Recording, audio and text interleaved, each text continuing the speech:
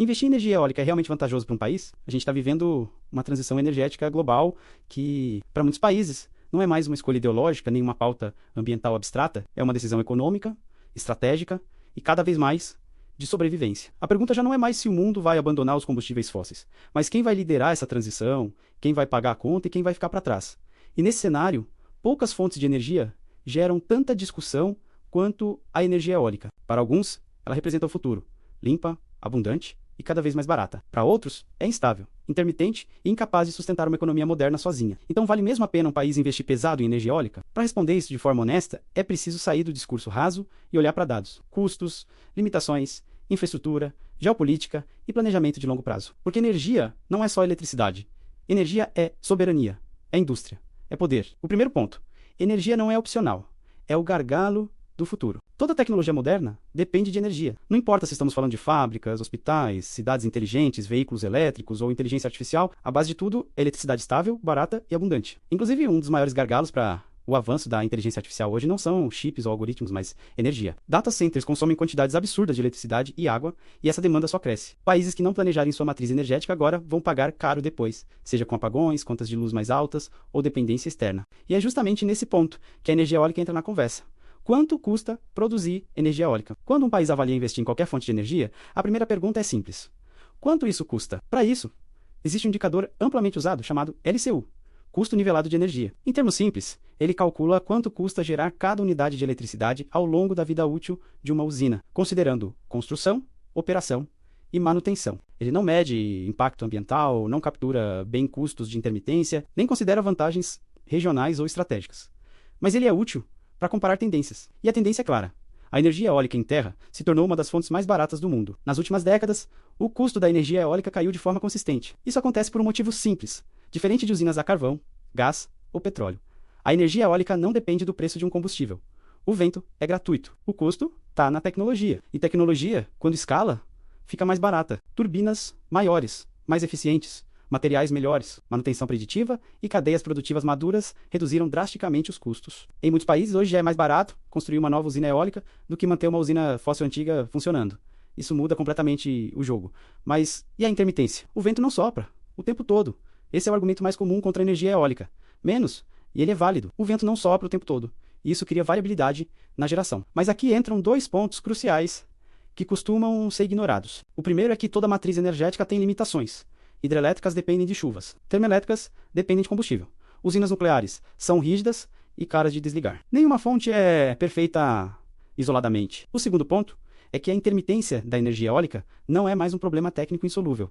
Ela virou um problema de gestão de rede. Nos últimos anos, uma tecnologia avançou de forma acelerada junto com a eólica.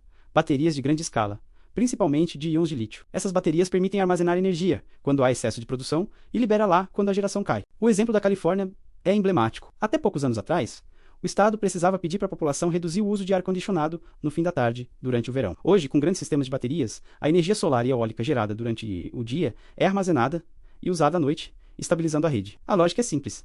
Quando sobra, guarda. Quando falta, usa. Países como a Austrália, que não contam com grandes hidrelétricas para funcionar como baterias naturais, estão investindo pesado em armazenamento para sustentar redes cada vez mais dependentes de fontes intermitentes. Ou seja, a pergunta já não é mais se a energia eólica funciona, mas se o país está investindo também na infraestrutura que ela exige. Energia eólica não anda sozinha. Outro erro comum é analisar a energia eólica de forma isolada. Nenhum país sério faz isso. A vantagem da eólica aparece quando ela faz parte de um sistema integrado, combinado com solar, hidrelétricas, armazenamento e gestão inteligente da rede. Em países com bons ventos, a energia eólica costuma gerar mais à noite e em determinadas estações. A solar domina durante o dia. Hidrelétricas podem compensar variações rápidas. Baterias entram nos picos. O resultado não é fragilidade, mas resiliência. Quanto mais diversificada e descentralizada a matriz, menor o risco de colapso. O fator China. Quando a energia vira estratégia industrial, nenhuma análise séria sobre energia eólica pode ignorar o papel da China. A China não investiu em energia eólica e solar por altruísmo ambiental. Ela fez isso por necessidade estratégica. O país tem pouco petróleo e sempre foi extremamente dependente de carvão, uma fonte poluente e ineficiente. Ao longo de décadas, a China decidiu fazer algo que poucos países fizeram: planejar energia, indústria e tecnologia como um único projeto nacional. O resultado é que hoje quase 3/4 de todas as novas instalações de energia eólica e solar do mundo acontecem lá. A China construiu mais capacidade renovável em uma década do que muitos países produziram em toda a história. Isso criou um ciclo virtuoso. Mais energia barata, mais indústria, mais escala, tecnologia mais barata, mais exportação. Hoje, turbinas eólicas, painéis solares e baterias já representam uma fatia significativa do PIB chinês. Não por acaso, o país domina cadeias de suprimentos críticas, desde terras raras até a produção de baterias. Isso mostra um ponto essencial. Investir em energia eólica não é só investir em eletricidade. É investir em indústria, empregos e autonomia. Energia eólica e soberania energética aqui está talvez o argumento mais forte a favor da energia eólica.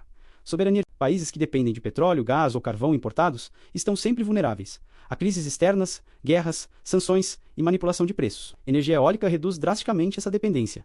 O vento não pode ser embargado. Isso é especialmente relevante para países que importam combustíveis fósseis ou que usam esses combustíveis apenas como fonte de receita, mas não como base de desenvolvimento tecnológico. A China entendeu isso. Muitos países europeus entenderam isso depois de crises energéticas recentes. Outros ainda resistem.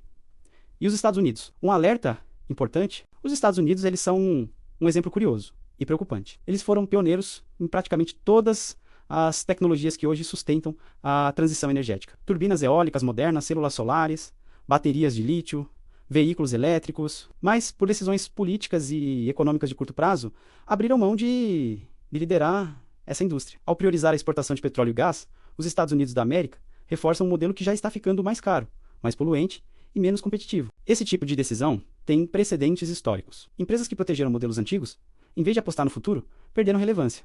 Países podem cometer o mesmo erro. Energia eólica, nesse contexto, não é apenas uma escolha técnica, mas uma escolha de futuro. E o Brasil, onde a energia eólica entra nessa equação? O Brasil tem uma das matrizes energéticas mais limpas do mundo, em grande parte graças às hidrelétricas. Mas isso não significa que o país esteja imune a erros estratégicos. Nos últimos anos, a energia eólica cresceu de forma impressionante, especialmente no Nordeste, uma das regiões com os melhores ventos do planeta. Em muitos momentos, a eólica já é uma das fontes mais baratas do país. O desafio agora não é produzir mais, mas integrar melhor. Quando a produção excede a demanda e falta infraestrutura de transmissão ou armazenamento, surge o dilema.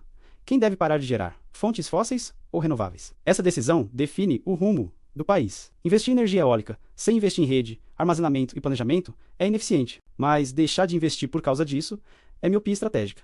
Então, afinal, investir em energia eólica vale a pena? A resposta curta é sim, para países que pensam no longo prazo. A resposta honesta é mais complexa.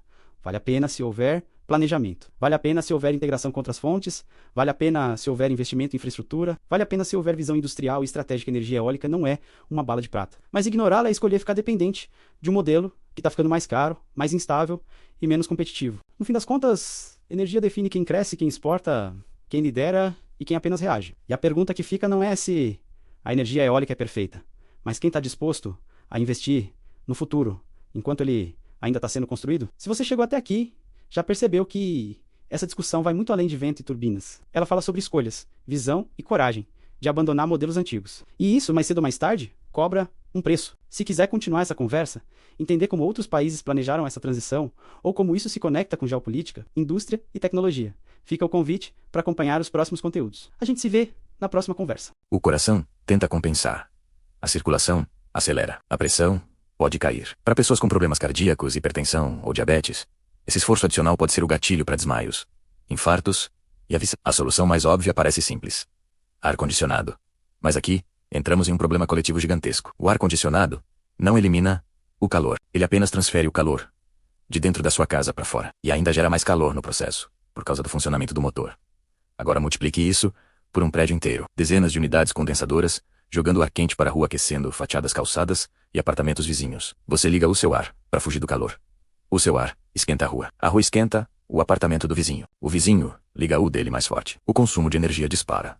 A rede elétrica entra em estresse. No verão, isso gera picos de consumo que derrubam bairros inteiros. Para sustentar essa demanda absurda, o sistema elétrico aciona termoelétricas. Queimam combustíveis fósseis, poluem o ar e intensificam o aquecimento global. É um ciclo autodestrutivo, e ele não afeta todo mundo da mesma forma. O calor tem código de endereço postal. Mapas térmicos mostram claramente que bairros ricos são mais frescos, mais verdes, mais arborizados. Bairros pobres são cinzas, densos, quentes. Nas periferias, o adensamento chegou a níveis desumanos. Casas ocupam 100% do terreno. Quintais foram cimentados por praticidade ou falta de informação. Árvores desapareceram. Sem vegetação, o solo vira uma chapa quente. Sem ter resposta, a água da chuva não infiltra. Tudo esquenta mais rápido e esfria mais devagar. E o teto? Aqui está uma das maiores tragédias habitacionais do Brasil. Milhões de brasileiros vivem sob telhados de fibrocimento ou zinco, muitas vezes sem forro ou laje. Esses materiais são baratos, mas termicamente desastrosos. Em dias de sol intenso, a temperatura logo abaixo dessas telhas pode ultrapassar facilmente os 55 graus. Isso não é desconforto. É tortura térmica institucionalizada. Agora leve isso para as escolas. Salas de aula, que viram saunas, às 10 da manhã. Crianças tentando aprender com o corpo em estado de estresse térmico. O cérebro, quando superaquecido, desliga funções cognitivas complexas e entra em modo de sobrevivência. Aprender vira impossível. O déficit de aprendizado causado pelo calor é profundo e raramente discutido. Não é falta de interesse. Não é preguiça. É fisiologia. E o impacto psicológico vem logo depois. O calor aumenta a irritabilidade, impulsividade, agressividade. Ele eleva cortisol e adrenalina. Mantém o corpo em estado constante de alerta.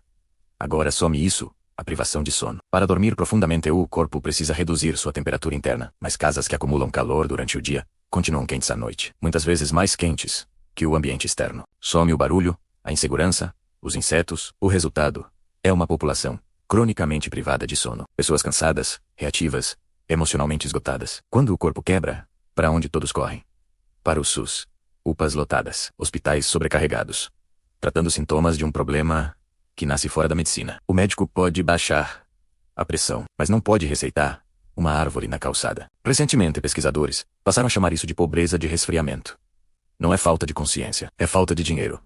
Milhões de famílias sabem que está quente, sabem que precisam se refrescar, mas não podem pagar por isso. Muitas evitam ligar ventiladores ou ar-condicionado por medo da conta de luz. É escolher entre comer ou dormir, menos pior. Enquanto isso, bairros ricos erguem prédios de vidro espelhado, estufas de luxo importadas de países frios. Refrescam quem está dentro e fritam quem está fora. Dá para resolver? Dá sem tecnologia futurista. Com bom senso. Mais árvores. Sol permeável. Telhados claros. Isolamento térmico obrigatório em habitação popular. É mais barato prevenir do que pagar unidade de terapia intensiva. Sua cidade está virando um forno não só porque o planeta aqueceu, mas porque trocamos sombra por cimento, bento por parede fina. Estamos pagando com a nossa própria saúde. E agora eu te pergunto, o que você mudaria hoje na sua rua para torná-la habitável novamente? Se você quer entender melhor como o espaço onde vivemos molda a nossa saúde, veja o próximo vídeo aqui do lado. Ele complementa exatamente tudo isso.